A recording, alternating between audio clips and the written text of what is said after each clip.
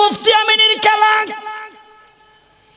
এর আগে খেলা দেখছো হাফিজি হুজুরের খেলা। সিলেটের খেলা বাদ দিলাম, অভাব নাই, অভাব নাই। সর্বশেষ মাদানির খলিফা, শাইখে মাদানির খলিফা ইমাম বাড়ি তাফাজ্জুল হবিগঞ্জের খেলা তোমরা দেখছো, প্রিন্সিপাল হাবিবুর রহমানের খেলা। এগুলি তোমরা বুঝায়, এগুলি রক্ত আসছে কোত্থেকে? হযরত ওমর রাসূলের কাছে গিয়া বলেন, নবীজি আপনি সত্য কয় হ, কোরআন সত্য হ, আল্লাহ সত্য হ, দ্বীন সত্য হ, তাহলে উঠেন। আর গোপনে গোপনে ইসলামের কথা চলবে না, এখন চলবে ওপেনে ওপেনে। আমার দিনের নবী ডাক দে ওমর, এখনো সময় হয় নাই।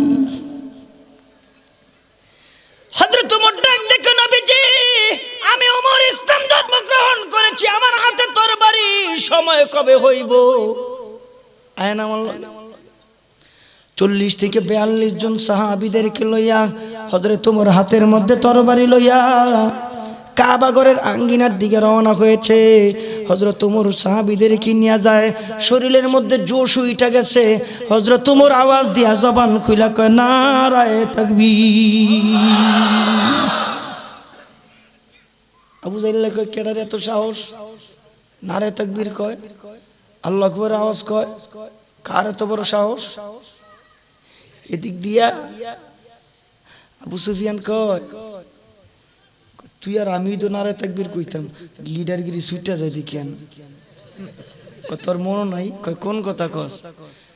কয় চুরি কইরা কইরা যে নবীর ঘরের কোনার যে কোরআন শরীফ শোনাস, শরম নাই তোর? তোর শরম নাই? কিরা আবু সুফিয়ান, তোর সুর দিবালা না, তুই কোমরের পথে যাবি? দিল দেখে আল্লাহ। ইন্নাকা লা তাহদি মান আহবাবতা ওয়ালাকিন্নাল্লাহা ইয়াহদি মান ইয়াশা। হেদায়েতের মালিক কে? আল্লাহ। জোরে কোন কে? আল্লাহ। আবু সুফিয়ান শেষ পর্যন্ত ইসলাম ধর্ম গ্রহণ করে নবীর সাহাবী হয়ে গেছে। দিল দেখে আল্লাহ। দিল নবীর কোরআন থেকে চারিদিকে ঘরের মধ্যে চারিদিকে দাঁড়ায় দাঁড়ায় নবীর কণ্ঠে কোরআন শরীফের তেলাওয়াত শুনে। কতক্ষণ শুনে? যতক্ষণ নবী করে ততক্ষণ শুনে দাঁড়ায় দাঁড়ায়। রাজপথে মাঝখান থেকেও যায় না, একটু শুই নাও যায় না, সারা রাত দাঁড়ায় দাঁড়ায় আল্লাহ নবীর জবানে কোরআন শরীফের তেলাওয়াত শুনে। আবু জাহিলের ডাক দিয়া কয়, ও আবু জাহেল তোর কেমন লাগে? কয় ভালো। আবু সুফিয়ান কেমন লাগে? কয় ভালো। উতবা কেমন লাগে? কয় ভালো। সাহেবা কেমন লাগে? কয় ভালো। কয় যদি ভালোই হয় আমি আমার দিলের অনুভূতির কথাটা বলি। কয় আমার মনে চায় আমি বিশ্ব নবীর ঘরের ভিতরে ঢুকি, আল্লাহ নবীর হাতটারে ধরি, নবীর কদমটারে জড়ায় ধরি। আমি মনে চায় আমি সারা রাত নবীর কণ্ঠে কোরআনের তেলাওয়াত শুনি। আমার মনে চায় আমি কালিমা তেলাওয়াত কইরা মুসলমান হইয়া যাই। উতবা ডাক দিও, আমার অনুভূতি এমন। সাহেবা ডাক দিও, আমার অনুভূতি এমন। এবার লিডার ডাক দিয়ে কয়, না না, আমগো ওমরের মতন বুতে ধরব, কখন জানি নিজের অজান্তে কালিমা পড়া মুসলমান হইয়া যাই। না না, যাওয়া লাগবো না, করা লাগবো না, দেখা লাগবো না। যেই জায়গায় আল্লাহর নবী তেলাওয়াত করব ডিস্টার্ব করবা, যেই জায়গায় নবীর তেলাওয়াত করব শুনতে যাইব না। আমি আপনাদেরকে জিজ্ঞেস করতে চাই, কালাম কার? আরো জোরে কার? কালাম আল্লাহ। পৃথিবীতে একটাই কিতাব, যেই কিতাব বারবার শুনলে মজা লাগে। পৃথিবীতে একটাই কথা, যেই কথা বারবার শুনলে মজা লাগে। একটা আয়াত, সারা রাত যদি একটা আয়াতই তেলাওয়াত করা হয় মজাই লাগবে, মজাই লাগবে। জোরে শুনতে চাই, মজা ঢুকাই দিছেন কি? আল্লাহ। একটা কিতাব। আমার ভাইয়েরা, রাসূলের ঘরের চতুর্পাশে দাঁড়ায় দাঁড়ায় কোরআন শরীফ শুনে, লুকায় লুকায় সারা রাত চলে। ওরা সিদ্ধান্ত নিছেন, না আর শোনা যাবে না। হাতের মধ্যে হাত দিয়ে তওবা করছে, যাব না আর তেলাওয়াতও শুনব না। সিদ্ধান্ত হয়ে গেছে। নিষিদ্ধ জিনিসের প্রতি আকর্ষণ। পরের দিন সবার ভিতরে খালি মনে মনে চিন্তা করে, একটু পরে তো নবী কোরআন শরীফের তেলাওয়াত শুরু করবে, কি করা যায়।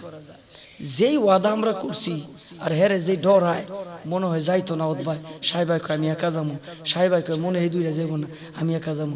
আবু সুফিয়ান কয় মনে দুইটার একটা যাবো না, আমি একা যাবো। আর আবু জাহিল্লা নিজে নিজে কয় আমি যে তওবা করেছি আর যে ঠেট দিছি আমার ডরে একটাই যেত না, আমি 1 লাখ আল্লাহ নবীর জবানে কোরআন শরীফ তেলাওয়াত। কেউ কারো খবর জানে না, কেউ কারো খবর জানে না। ডানে বামে চতুর্দিকে নবীর ঘরের চতুর্পাশে দাঁড়ায় দাঁড়ায় কোরআন তেলাওয়াত শুনতেছেন। নবী তেলাওয়াত করেন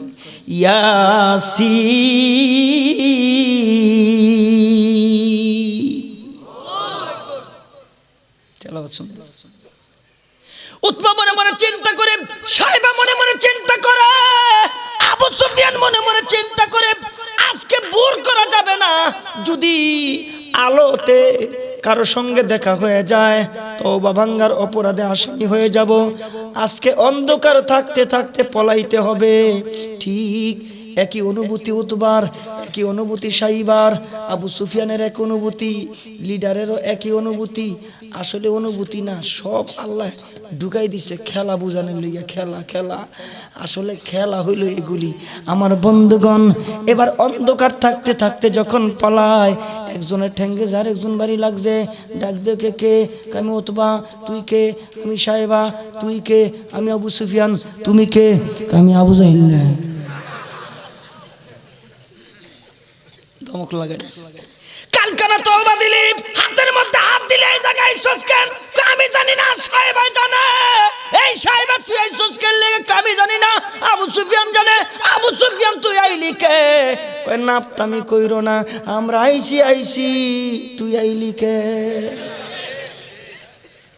কালাম কা জোরে জোরে জোরে কথা কয় না জি, কালাম কা। এইবার হেরেজন ধরছে বালা কইরা, কয় হ তবে তো আমি বলছি, আমি এসি কি লিগে, ঘটনাটা কি দিয়া এমনি বন্ধ করুন যেত। আইন কইরা বন্ধ করছি, আইন কইরা কোরআন শরীফ বন্ধ করা যাইব? কথা জোরে কোন বন্ধ করা যাইব? একটা নক্তা পরিবর্তন করার কোনো সুযোগ নাই, জের জবর পরিবর্তন করার কোনো সুযোগ নাই। কেন? লৌহে মাহফুজের আমানত আল্লাহ পাক এমন ভাবে হেফাজত করবে, ডাক দিয়া কয় তোরা চক্ষু দিয়া তাকায় দেখ, বাংলার জমিনে 7 বছরের সন্তান 30 পারা কোরআনের হাফেজ, 96 দিনে 30 পারা কোরআন মুখস্থ করে, 36 দিনে 30 পারা কোরআন মুখস্থ করে। জোরে বলেন কালাম কা? আল্লাহ। নজির স্থাপন করছে আল্লাহ। ডাক দিয়া কয় তগো কেমনে বুঝাইলে বুঝামু কেমনে? গত সপ্তাহে আমারে জাতীয় পত্রিকার একজন বড় সাংবাদিক আমাকে নারায়ণগঞ্জ জেলার একটা প্রতিবেদন নিব। নারায়ণগঞ্জ জেলার সারা বাংলাদেশের যত জেলা আছে সমস্ত জেলা থেকে প্রতিবেদনগুলি নিছে। নারায়ণগঞ্জ থেকে প্রতিবেদন নিব। ওরা আমার সহযোগিতা চাইছে, ওরা জানে যত কিছু আছে এটি আমি বলে জানি। ও বুড়া যারা হুজুর আছে এরা বলে জানে না, না জানার কারণও আছে। হেফাজতের জন্য গরম অবস্থা, জেলার আমি রেজিগায় কয় হুজুর এগুলি কই? কয় আমি জানি না। আপনার না সভাপতি, আপনি জানেন না? কে জানে? কয় হ্যাঁ জানে। সেক্রেটারি রেজিগে জেলা কয় হুজুর কি করছে? কয় আমি জানি না। কয় কে জানে? কয় হ্যাঁ জানে। সব বলে আমি জানি। এর লেগে আমার নিয়ে এমন ঢলা দিছে রে ভাই, রিমান্ডে লয়ে গেছে আমারে, বুড়া গোসাইরা দিছে আমার নিয়ে। আমি বলে সব জানি। হ্যাঁ আমার জিজ্ঞেস কি প্রতিবেদন? সারা বাংলাদেশে একটা প্রতিবেদন তৈরি হইতেছে গোটা পৃথিবীর মানুষ দেখাইবার জন্য। কি প্রতিবেদন জানেন? আর অসুবিধা নেই, এমনই গলা ভালো না, মাইকের আওয়াজটা মোটা, এমন অবস্থায় অসুবিধা নেই। কথা বোঝা যায় না? কি রে কথা বোঝা যায়? বোঝা যায়। আমার ভাইয়েরা, ওরা বিশ্বব্যাপী একটা প্রতিবেদন বানাইতেছে। প্রতিবেদন কি প্রতিবেদন? প্রতিবেদনটা হইল আমাদের বাংলাদেশের কওমি মাদ্রাসাগুলি 7 থেকে 8 মাস, 8.5 মাস হয়ে গেছে, 9 মাস হয়ে গেছে আমাদের কওমি মাদ্রাসাগুলি খোলা। একটা কওমি সন্তানের করুণা হয় নাই। বাংলাদেশের স্কুল খোলা? জোরে বাংলাদেশের স্কুল খোলা? জোরে কলেজ খোলা? জোরে ইউনিভার্সিটি খোলা? না, বন্ধ। খোলে না কেন? ডরে। করুণায় ধরবো। হ্যাঁ, আমাকে জিজ্ঞেস করে হুজুর কি কোন পদ্ধতিতে মাদ্রাসা পড়ান? কে পদ্ধতি তো আগেরটাই, খাই আগের মতন, ঘুমাই আগের মতন, পড়ি আগের মতন, পড়াই আগের মতন, কালেকশন আগের মতন, ওয়াজ মাহফিল আগের মতন, সবক দে আগের মতন, সবক নেয় আগের মতন, নামাজ আগের মতন, অজু আগের মতন, সব আগের মতো। কিন্তু হুজুর করুণা দিয়ে আপনাকে একটা ছাত্ররও হইল না, ঘটনাটা কি একটু কি বলবেন? আমরা বলি করুণা দিছে আমেরিকার প্রেসিডেন্টে না, করুণা দিছে রাশিয়ার প্রেসিডেন্টে না, করুণা দিছে ভারতের প্রেসিডেন্টে না। জোরে বলেন, আমাদের উপরে রাগ হইয়া করুণার মতন মহামারী দিছে কে? একটু জোরে বললে খুশি হব। এই করুণা মহামারী যদি দূর করতে হয়, দূর করবে, জোরে শুনতে চাই কে? আল্লাহ। তো করুণা দিছে আল্লাহ, করুণা নিব আল্লাহ। আমরা বুঝছি যে আল্লাহ আমাদের উপর একটু রাগ হয়ে গেছে, এখন আল্লাহর রাগটা ভাঙাইতে হইব, তাই না? চেয়ারম্যান রাগ হয়ে গেলে রাগ ভাঙাইতে হইব, এমপি রাগ হয়ে গেলে রাগ ভাঙাইতে হইব, মন্ত্রী রাগ হয়ে গেলে রাগ ভাঙাইতে হবে। রাগ ভাঙাইব কেমনে? আমরা ইবাদত ছেড়ে দিছি, কোরআন তেলাওয়াত ছেড়ে দিছি, আমরা আল্লাহকে ভুলে গেছি। আল্লাহর নাফরমানি ঘরে ঘরে, আল্লাহর নাফরমানি হাতে হাতে। যেই দেশে সবচাইতে আল্লাহর নাফরমানি বেশি, ওই দেশে করুণার আক্রমণ বেশি। আর মনীষীরা বলেছিলেন আমার বাংলাদেশে 20 লক্ষ মানুষ করুণায় আক্রান্ত হবে এবং 20 লক্ষ মানুষের উপরে করুণায় মারা যাবে। তার কারণ হলো পৃথিবীর এত ঘনবসতি দেশ, এত ঘনবসতি রাষ্ট্র বাংলাদেশের মতন একটাও নাই। 20 লক্ষ মানুষ বাংলাদেশে করুণায় মারা যাবে। কিন্তু আল্লাহর কি মেহেরবানি, যেই রাষ্ট্রে আল্লাহর নাফরমানি বেশি, ওই রাষ্ট্রে করুণার ধাক্কা বেশি। আমার দেশে আইছিল যখন করোনাটা নতুন নতুন শুরু হয়েছে, আমরা ওলামায়ে কেরামের একটা টিম নিয়া এই যেখানে লাশ, এখানে গোসল দাফন এগুলি করাইতে যাই। নিজের চোখে দেখছি পাশের রুমের ভিতরে বাপ মা ছেলে সন্তান তালামাইরা বসে রয়েছে, ভিতরে যায় না, বাবার লাশ ধরে না, মায়ের লাশ ধরে না, কারো লাশ ধরে না, ধরলে করুণায় ধরবে। আমাদেরকে টেলিফোন দেয়, আমরা গেলাম সেখানে, সেখান থেকে চাদরটা মোড়াই নিচে আনলাম, গোসল করাইতেছি। একজন মুফতি সাহেব ছিল আমাদের সাথে, ওই গোসল করায়, ওরে কাবার টাবার দিছি। ওই কয় হুজুর এটি দিয়ে ওই তো না, কি করবি? কাবার খুললে সাবানদা ডলা শুরু করছে, দাঁত খিলাইন না শুরু করছে, অর্থাৎ সুন্নতি তরিকায় যেইভাবে গোসল হুবহু ওইভাবে দেওয়া শুরু করছে। আমার ভিতরে তো ডর হাইন্দা গেছে। ওরে ডাক দিয়ে কই তুই এমন শুরু করছস কে? কয় হুজুর আল্লাহর কসম কইরা কই করুণা মরুনা কিচ্ছু নাই, হুদ বউয়া। কথা কয় না। আচ্ছা, যারা গোসল করাইছে করুণার লাশ, একজনরে করুণায় ধরছে? জোরে, যারা গোসল করাইছে করুণার লাশ, একজনরে করুণায় ধরছে? একজনরে করুণায় ধরে নাই, একজনরে করুণায় ধরে নাই। আজকে ওরা আশ্চর্য, গোটা পৃথিবীর মানুষ তাক লাগায় গেছে। আর একটা জিনিস ভালো হয়েছে, এই 8-9 মাস যে স্কুল কলেজ ইউনিভার্সিটি বন্ধ, এখন কলেজ এই স্কুলের ছোট ছোট ফলাফল মাদ্রাসা দেওয়া শুরু করছে। কথা কয় না। আল্লাহর দিন আল্লাহ কেমনে হেফাজত করবো, কেমনে কি করবো, এটা কেউ কইতে পারে না। আজকে গোটা পৃথিবীতে কওমি মাদ্রাসা নিয়ে আলোচনা হচ্ছে। কওমি মাদ্রাসা কি? তথ্য লাগাও, তালাশ করো সেখানে কি। আজকে বিবিসির রিপোর্ট দেয় কওমি মাদ্রাসায় জঙ্গি নাই, কওমি মাদ্রাসায় বোমাবাজ নাই, কওমি মাদ্রাসায় দুষ্ট প্রকৃতির লোক নাই। যদি পিওর রক্ত তালাশ করো তাইলে কওমি মাদ্রাসায় যাও, ঠিক কি? ওরা কয় দুশ্মনী যত বাড়ে আল্লাহ মোহাব্বত বাড়ায় দেয়, দুশ্মনী যত বাড়ে মোহাব্বত বাড়ায় দেয়। ওরা কিন্তু এত সহজে গুলি করে নাই। বিদেশি সংস্থা বাংলাদেশের অধিকাংশ মাদ্রাসাগুলিতে দিন-রাত 24 ঘন্টা ছদ্মবেশে গোয়েন্দাগিরি করছে। ছদ্মবেশে গোয়েন্দাগিরি করতে গিয়া গভীর রাতে দেহে রাইতের 3টা বাজে বিশেষ বিশেষ রুমের ভিতরে বাতি জ্বলে।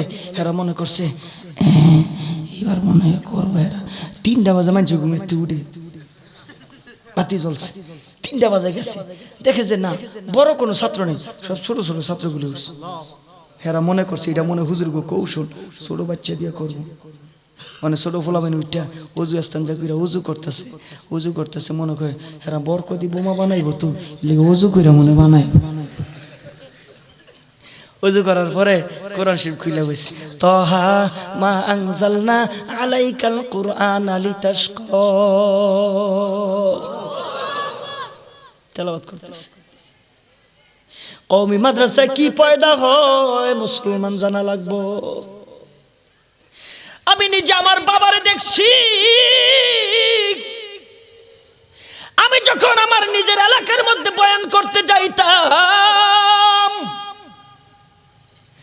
শ্রোতাদের মধ্যে রুমালটার বড় করে দিয়া ওই কোনায় বসে আমি চিনা ফেলাইতাম, ডাক দিতাম, হাবের সাহেব এদিকে আহেন, আপনি কেন নিচে বইছেন, এই জায়গায় আছেন, ছেলে চেয়ারে বৈশা বয়ান করব আর আপনি নিচে বৈশা বয়ান শুনবেন। বয়ান শেষ করার পরে বাড়ি যখন ফিরি, আমি আমার বাবারা জিজ্ঞেস করেন, বাবা আপনি কেন নিচে বৈশা বয়ানগুলি শুনেন? আব্বা ডাক দেখে, বাবা রে আমি দেখি নিচে বৈশা বয়ান শুই না, আমার সন্তানের বয়ান কেমন লাগে, আমার সন্তানরে আলেম বানাইছি, আমি কোরআনের হাফেজ, আমি বাবা নিচে বৈশা বয়ান শুনতে ভালো লাগে। আমার বাবা নিচে বৈশা বয়ান শুনে। একজন মানুষ সন্তান আলেম বানাইলে, একজন মানুষ নিজের সন্তানরে কোরআনের হাফেজ বানাইলে, তারাবির নামাজ যখন পড়ে ওই বাবা পিছনে সন্তানের পিছনে তারাবির নামাজ পড়ে, ওই বাবারে জিজ্ঞেস করবেন, বাবা সন্তানের পিছনে নামাজ পড়তে কেমন লাগে, জিজ্ঞেস করেন। এই জন্য বন্ধুগণ দুনিয়ার জাগতিক শিক্ষার প্রয়োজন আছে, ইংরেজি শিক্ষার প্রয়োজন আছে, সব শিক্ষার প্রয়োজন আছে। ডাক্তার বানাইবেন বানান, ইঞ্জিনিয়ার বানাইবেন বানান, সব কিছু আপনারা বানান, কিন্তু আল্লাহর কালামের শিক্ষা দেওয়া লাগবে। যার দিলের ভিতরে আল্লাহর কালামের শিক্ষা আছে, ওই মানুষটা কোনোদিন দুর্নীতি লিপ্ত হইতে পারে না। এজন্য মুসলিম জাতির মর্যাদা কি, আমাদের মর্যাদা কি, আমরা কারা? নবীর পরে নবী আসছে, রসুলের পরে রসুল আসছে, রসুলের কিতাবের পরে কিতাব আসছে, কিন্তু আমরা এমন একটা নবীর কাছে আইসা শেষ হয়ে গেছি যেই নবীর পরে আর কোনো নবী, যেই নবীর কিতাবের পরে আর কোনো কিতাব, জোরে কোন, যেই নবীর কিতাবের পরে আর কোনো কিতাব নাই, কিচ্ছু নাই। সেই নবী একটা যোগ উপহার দিয়া গেছেন আমাদেরকে, যেই যোগের নাম হলো খায়রুল কুরুনি, শ্রেষ্ঠ যোগ, শ্রেষ্ঠ যোগ। এর চাইতে বেশি শ্রেষ্ঠ যোগ হইতে পারে না। কথায় কথায় আমাকে কয়, হুজুর আপনারা কি দেশটারে পিছনে নিয়ে যাইতে চান? হুজুররা যা করে 100 বছর পিছনে আমাকে নিয়ে গেছে। আরে বেটা আমরা 100 বছরের পিছনে নিয়ে যাবো কেন? আমরা তোমাকে 1400 বছর পিছনে নিয়ে যাইতে চাই, 1400 বছর পিছনে। যেই পিছনে গেলে নবীর আদর্শের সংবাদ পাওয়া যায়, যেই 1400 বছরের পিছনে গেলে সাহাবীদের আদর্শ পাওয়া যায়। কোন সাহাবী যারা রাষ্ট্র পরিচালনা করছে, রাতের আধারে মানুষের ঘরে ঘরে গিয়া খোঁজ খবর নিছে, চাদর দিছে, পুরাতন চাদর, হাটে হাটে খোঁজ খবর নেই, গিয়া দেখতেছে একটা ছোট্ট তাবু, তাবুর ভিতরে টিম টিম বাতি জ্বলতেছে, কান লাগায়া চিৎকার শোনা যাচ্ছে, ছোট ছোট বাচ্চাদের চিৎকার। ডেক্সি বসাইছে, এরপরে ওই চুলার মধ্যে পানি গরম করতেছে, আর মহিলাটা বাচ্চাদেরকে সান্ত্বনা দিচ্ছে, খাবার হয়ে যাবে, বাচ্চাগুলি ঘুমায় গেছে। মহিলাটা কান্দে আর কয়, আমার স্বামী তো আল্লাহ রাস্তায় শহীদ হয়ে গেছে, কিন্তু আমি শুনলাম মদিনার এরিয়ার ভিতরে ঢুকলেই নাকি আমার খাবারের অভাব হইতো না। কোথায় ওমর? আমি আল্লাহর দরবারে ওমরের বিরুদ্ধে বিচার দিব। ওমর নিজে শুনতেছে, ওমর নিজে শুনে, আমিরুল মুমিনিন খলিফাতুল মুসলিমিন, ওমর নিজে শুনে দৌড়ায় গেছে বাইতুল মালে। বাইতুল মালে দৌড়ায় গিয়া নিজে আটা নামায়া রুটি বানাইছেন, খাবার বানাইছেন। খাদেমকে ডাক দিয়া একটা বস্তা আমার মাথায় উঠাই দে। খাদেমকে, হুজুর বলেন কি, আপনি আমিরুল মুমিনিন, আপনি খলিফাতুল মুসলিমিন, আপনার কাদের উপরে বস্তা উঠাই দিলে এটা কি হবে? ডাক দিয়া আল্লাহর দরবারে আমার হিসাব তুমি দিব না, আমার হিসাব আমি দিব। আরেকটা কথা বলে যাই, আরেকটা কথা বলে, আপনারা রাগ হয়েন না, শরীরটা ভালো, রাগ হয়েন না আমার ভাইয়েরা। আরেকটা কথা বলে যাই, থাকবেন তো থাকবেন হকের পথে থাকেন, হকের পথে থাকেন। শেষ কথা আমার ভাইয়েরা, যদি কোনদিন দেখেন কোন আলেমের বিপদ, দৌড়ে যায়েন, দৌড়ে ইসলামের পক্ষে থাকেন, হকের পক্ষে থাকেন, আল্লাহ পাক মর্যাদা বাড়াই দিব। জোরে কোন ঠিক কিনা? আমরা হকের পথে আসি না নাই? জোরে কোন হকের পথে আসি না নাই? থাকবো তো ইনশাআল্লাহ। আল্লাহ কবুল করেন। জবান খুলা মুহাব্বতে জোরে বলেন আমিন। হযরত ওমর ফারুক রাদিয়াল্লাহু তাআলা তিনি 40 থেকে 42 জন সাহাবীদেরকে নিয়ে কাবা ঘরের আঙ্গিনায় জোশের ঠেলায় নারে তাকবীর দিছে, কানের মধ্যে আওয়াজ গেছে, হযরত ওমর নারে তাকবীর বলে সমস্ত লস্করদেরকে নিয়ে দৌড়ে আসছে কাবা ঘরের আঙ্গিনায়। কে নারে তাকবীর কয়? তাকায় দেখে হযরত ওমর হাতের মধ্যে তরবারি। ওমরকে দেখে থাইমা গেছে। ওমর ডাক দিয়ে থামলেন কেন? আইয়েন কাছে আইয়েন, তবে আওয়ার আগে একটু বাইরে বিদায় নিয়ে, কারণ আমি ওমর, এখন আমার ভিতরে কালিমা, আমার হাতে তরবারি, আমার সামনে কুফুর আসলে জীবন নিয়ে যেতে পারবে। এটার নাম ওমর। আরেকজন সাহাবীর নাম হলো হযরত আবু বকর সিদ্দিক। একেবারে নরম, একেবারে নরম, এমন নরম কোন সাহাবী নাই। ইহুদিদের মজলিসের ভিতরে ঢুকছে, ইহুদিদের মজলিসের ভিতরে ঢুইকা দেখে আল্লাহ আল্লাহ রাসূলের বিরুদ্ধে সমালোচনা করতেছে। ইহুদির থেকে টাকা নিছে, ডেট এখনো আসে নাই, সময় মতন দিয়ে দিব, ডেট আসার আগে সমালোচনা করতেছে। মুসলমানদের নবীও ফকির, মুসলমানদের আল্লাহ ফকির। সমালোচনা। নরম সাহাবী আবু বকর সিদ্দিক ঘরের ভিতরে ঢুকছে, ঘরের ভিতরে ঢুইকা দেখে সমালোচনা করতেছে। নরম সাহাবী আর নরম রয় নাই, গরম হয়ে গেছে। ভিতরে ঢুইকা দিয়েছে ইচ্ছা মতো, নাকটা ফাইটা গেছে, রক্ত বের হয়ে গেছে। নবীর কাছে বিচার নিয়ে গেছে। নবীরে বলতেছে, নবীজি বলে কি, আপনার আবু বকর সিদ্দিক আমার এই অবস্থা করছে। নবী বলেন, এই কাম আমার আবু বকরের না, এই কাম হলো আমার ওমরের। না নবী, এটা আপনার আবু বকর করছে। নবী আবার বলতেছে, আবু বকরের কাম এগুলি না, এগুলি ওমরের কাম। কেমনে? কারণ ওমরের বহুত ইতিহাস আছে। বিশ্ব নবীর কাছে বিচার নিয়ে গেছে। মুসলমান মনে করছে আমার পক্ষে নবী বিচারের রায় দিবে, কিন্তু নবী বিচারের রায় দিছে ইহুদির পক্ষে। এই মুসলমান আবার আবু বকরের কাছে দৌড়ে গেছে, ওমরের কাছে দৌড়ে গেছে, বলতেছেন ওমর, নবীর কাছে গেলাম, নবী আমার উপরে ইহসান করে নাই, নবী আমার উপরে বিচারটা সঠিক করে নাই, ইহুদির উপরে রায় দিছে। আমি মুসলমান, আমি নামাজ পড়ি, রোজা রাখি, নবী আমার পক্ষে রায় দেয় নাই। হ্যাঁ, মনে করো আমি চেয়ারম্যানের লোক, চেয়ারম্যান তো আমার কথাই কইব। আমি এমপির লোক, এমপি তো আমার কথাই কইব। সেও মনে করছে আমি মুসলমান, নবী আমার পক্ষে রায় দিবে। হযরত ওমরের কাছে গেছে বিচারের সানি বিচার করার জন্য। দরজার সামনে যা খাড়াইছে, ওমর কয়, নবী বিচার করছে না? কয় হ। কার পক্ষে রায় দিছে? কয় ইহুদির পক্ষে। কয় তাই নাকি? কয় হ। কয় তুমি মুসলমান না? কয় হ। তোমার পক্ষে রায় দেয় নাই? কয় না। তো আমার কাছে আসছো কে লিগা? কয় নতুন বিচারের লিগা, বিচারের সানি। ওমরকে ভালো জায়গায় আইছো, একটু খারাপ দাঁড় করাইছে। ভিতরে চলে গেছে, তরবারি নিয়া কল্লার মধ্যে কোপ দিয়া কল্লাটা আলাদা করে দিছে। গোটা এলাকায় খবর ছড়াই গেছে, ওমর মুসলমান হত্যা করছে, ওমর মুসলমান হত্যা করছে। এই ধরনের খবর যখন ছড়াইছে, রসুলের কাছে বিচার গেছে। আল্লাহ রসুল ডাক দিছেন, ওমর তুমি কি করলা? মুসলমানকে নাকি হত্যা করছো? ওমর ডাক দিয়ে কয়, না না, সে কোনোদিন মুসলমান হইতে পারে না। তার কারণ হলো সে লা ইলাহা মানে, মুহাম্মদুর রাসূলুল্লাহ মানে না, নবীর রায় মানে না, নবী যেই বিচার করছেন সেই বিচার মানে না। নবীর বিচার যে না মানে, নবীর রায় যে না মানে, সে মুসলমান থাকতে পারে না। এই জন্য আমি হত্যা করে ফেলাইছি। নবী রায় দিয়া দিছে। হযরত ওমর মুসলমান হত্যা করে নাই, নবীর রায় মানার না কারণে সে কুফর হয়ে গেছে, কাফের হয়ে গেছে, নবী কাফেরই হত্যা করছে। এটার নাম ওমর। ডাক দিয়া কয়, এই কাজ তো আমার আবু বকরের না, এই কাজ তো আমার ওমরের, তুমি কেন আসছো? কয় না, এই কাজ আপনার আবু বকর। কিছুক্ষণ পর আবু বকর এসে দাঁড়াইছে, বলতেছে, দেখো তো লোকটারে চিনোনি? কয় হেই তো মারছে, চিনো নাকি? তাই নাকি? আবু বকর কেন মারছ? আবু বকর সিদ্দিক ডাক দেখে নবীজি কারণ বর্ণনা করলে আপনার রক্ত গরম হয়ে যাইব।